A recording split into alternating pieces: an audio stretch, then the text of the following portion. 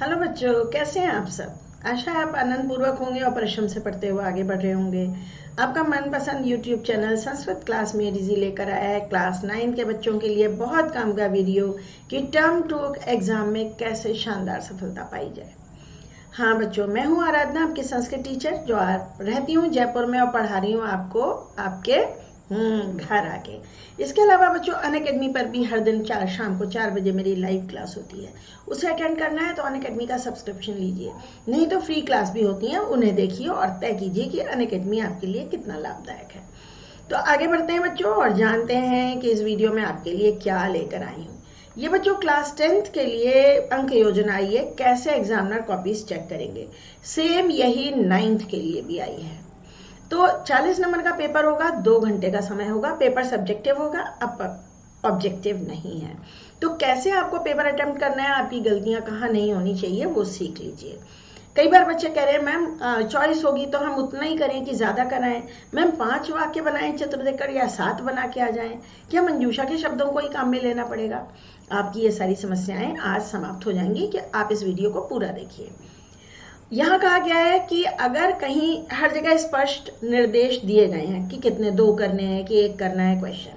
अगर केवल 2 प्रश्न करने हैं या 3 प्रश्न करने हैं, लेकिन अगर छात्र अतिरिक्त प्रश्नों के उत्तर भी लिख देता है तो छात्र के हित में निर्णय लिया जाए। मतलब करने थे पहला, दूसरा और तीसरा में से 2 करने थे। आपको सेकंड क्वेश्चन में डाउट है, आपने इसे छोड़ दिया, आपने फर्स्ट और थर्ड कर दिया। ये तरीका बिल्कुल सही है। लेकिन बच्चा क्या करता है, पहला भी कराया, दूसरा भी कराया, तीसरा भी कराया। अब एग्जामिनर क्या करेगा, ये तो सही है, ये भी सही है, ये गलत है। तो क्या करेंगे, पहले 2 को ही चेक करेंगे।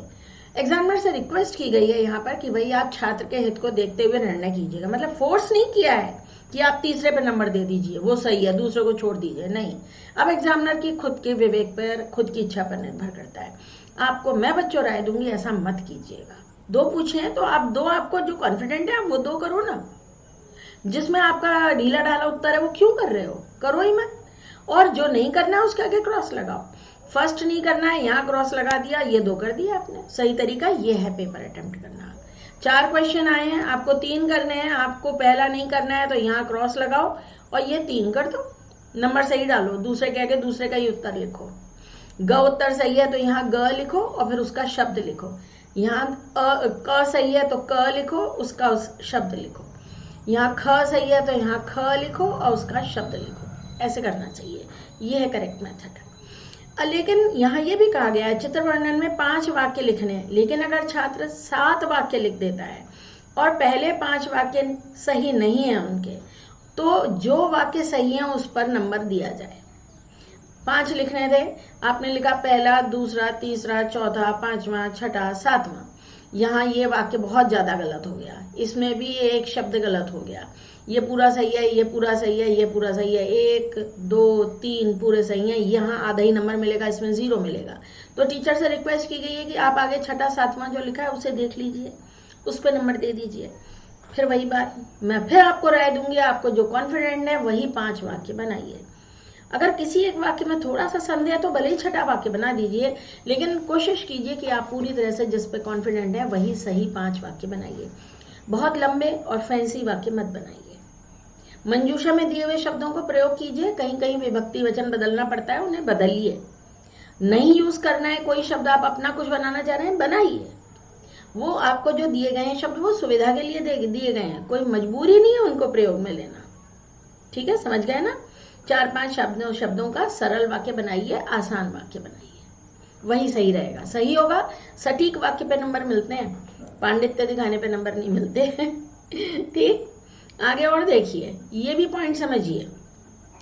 एक अनुच्छेद, एक श्लोक, एक नाट्यांश, 3 आएंगे सेम उसी में से।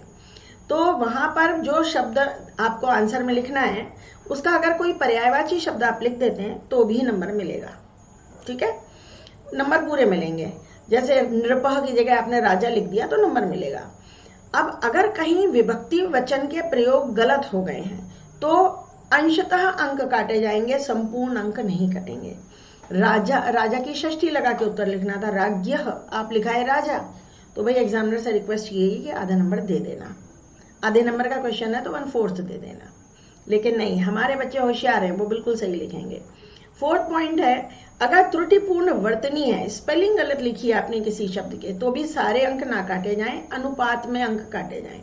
लेकिन अगर पत्र लेखन में नीचे मंजूषा में दिए हुए शब्द की स्पेलिंग ही आप गलत लिखा है, विद्यालयम विद्यालयस्य लिखना था, अब विद्यालस्य लिख कर आ गए, ऐसा बहुत करते हैं बच्चे, विद्यालस्य विद्यालयस्य, तो वो 0 देता एग्जामिनर। क्यों? 10वीं क्लास 9वीं क्लास में आप पढ़ते हो, मंजूषा में दिया था, सही उतारा नहीं, तो डिजर्व करते हैं कि नंबर कट जाए। तो बच्चों हमेशा ध्यान रखिए, जो पूरा सही लिखेगा उसे ही पूरा नंबर मिलना चाहिए। आप भी मानते हैं ना इस बात को? तो आंखें खोलकर ध्यान से देखकर सही लिखिएगा। फिर भी एग्जामिनर स्पेलिंग गलत होने पर पूरा 0 नहीं देते हैं, 1/4 मार्क काटते हैं। आंशिक दृष्टि से समुचित सही उत्तर पर भी अंक मिलेंगे, अगर आधा आंसर सही है तो भी मिलेंगे। जब आप वाक्य रचना करते हैं चित्र वर्णन में, तो वाक्य के सौंदर्य को नहीं देखा जाता, बल्कि सही है तो नंबर पूरे मिल जाते हैं, ठीक है। और अगर आंशिक वाक्य शुद्ध है, आधा वाक्य सही है, तो भी आधा नंबर मिलेगा आपको। लेकिन भाई हम आधे आधे के लिए नहीं पढ़ रहे हैं, हम 40 में से 20 के लिए तैयारी नहीं कर रहे हैं संस्कृत क्लास में डिजी पर, हम 40 में से 40 नंबर की तैयारी कर रहे हैं। इसलिए जो गलतियां मैंने बताई हैं कि ऐसी हो जाती हैं, वो उन बातों से आप बचिएगा। इस तरह से आप सही काम कर पाएंगे और पूरे अंक ले सकेंगे। ये आपका 9th का सैंपल पेपर, 9th का जो क्वेश्चन पेपर आएगा 9वीं का, 2 घंटे का पेपर, 40 नंबर का। यहाँ देखिए ये 7 इंस्ट्रक्शंस आपको भी मिलेंगे, गिन लीजिएगा कितने पेज छपे हैं, कितने टोटल क्वेश्चन है। 9 क्वेश्चन होंगे, 20 मिनट स्टडी टाइम होगा, रीडिंग टाइम होगा, ध्यान से पढ़िएगा, स्टडी टाइम नहीं रीडिंग टाइम होगा, उस समय कुछ लिखना नहीं चाहिए। फिर उत्तर के क्रमांक अवश्य लिखने चाहिए, और जो नंबर है पेपर में वही नंबर डालना चाहिए। अगर रोमन न्यूमरल है तो रोमन न्यूमरल डालिए, जैसा लिखा है वैसा ही डालिए। प्रश्न संख्या प्रश्न पत्र के अनुसार लिखिए, ये नहीं कि आपने पहले के बाद चौथा किया और नंबर डाल दिया 1 2 3 ना, पहले के बाद चौथा किया तो पहले के बाद नंबर 4 ही डलेगा। जबकि सारे प्रश्न ये कह रहे हैं कि क्रम से ही करने चाहिए, जो क्रम पेपर का है वही करिए। प्रश्नों के उत्तर संस्कृत में लिखिए और निर्देश ध्यान से पढ़ लीजिए कि भाई 1 क्वेश्चन का आंसर लिखना है कि 2 का लिखना है कि 3 का लिखना है। ध्यान से पढ़िए, पढ़ के करिए। हमेशा 5 वाक्य बनाने होते हैं चित्र देखकर, ध्यान से पढ़िए, कहीं 6 तो नहीं लिख दिया इस बार, हर बार कुछ चेंज हो जाता है, ध्यान दीजिएगा। इस तरीके से करेंगे काम तो नंबर नहीं कटेंगे। और ये देखिए बच्चों, आपके लिए मैंने एक टाइम टेबल बनाया है कि कैसे आप पढ़ाई करें, कैसे तैयारी करें और टेंशन भी ना मिले आपको। ये फर्स्ट वीक हमारा 23 जनवरी मंडे से शुरू हो रहा है। आप लेसन भ्रांतों वाला अच्छी तरह पढ़ें, पाठ का पूरा अनुवाद आना चाहिए, और कम से कम 7 दिनों में 7 अपठित अवबोधन तो कर डालिए, और 10 कर लें तो और भी बढ़िया है। हिंदी से संस्कृत अनुवाद रिवाइज करिए, अपठित अवबोधन यहाँ भी कम से कम 6-7 आप यहाँ भी कर डालिए। संस्कृत अनुवाद की कोशिश करिए, हर दिन 5-7 वाक्य करते जाएं तो 7 दिन में 41 अनुवाद तो आप कर ही डालेंगे। अगला वीक नंबर 2 30 जनवरी के बाद 5 फरवरी तक सिक्ता सेतु लेसन अच्छी तरह पढ़ें, पत्र लेखन कम से कम 10 सॉल्व करिए। अगर आपके पास टुगेदर विद संस्कृत है तो बहुत अच्छा है, नहीं तो ऐसी कोई अभ्यास पुस्तक लीजिए। और ये दोनों पाठ, इन दोनों पाठों में से घटनाक्रम अनुसार कथा लेखन आएगा, इसको भी कर डालिए। थर्ड वीक 6 फरवरी से शुरू होगा, इसमें जटायु शौर्यम श्लोक का है, इसे ध्यान से पढ़िए, कम से कम 10 चित्र वर्णन कीजिए और अन्वय लेखन का अभ्यास करिए जो जटायु शौर्य में से आएगा। पाठों के प्रश्नोत्तर एक पदेन पूर्ण वाक्यन कैसे लिखे जाएंगे, इसका अभ्यास कीजिए। अगला आया हमारे पास वीक 4,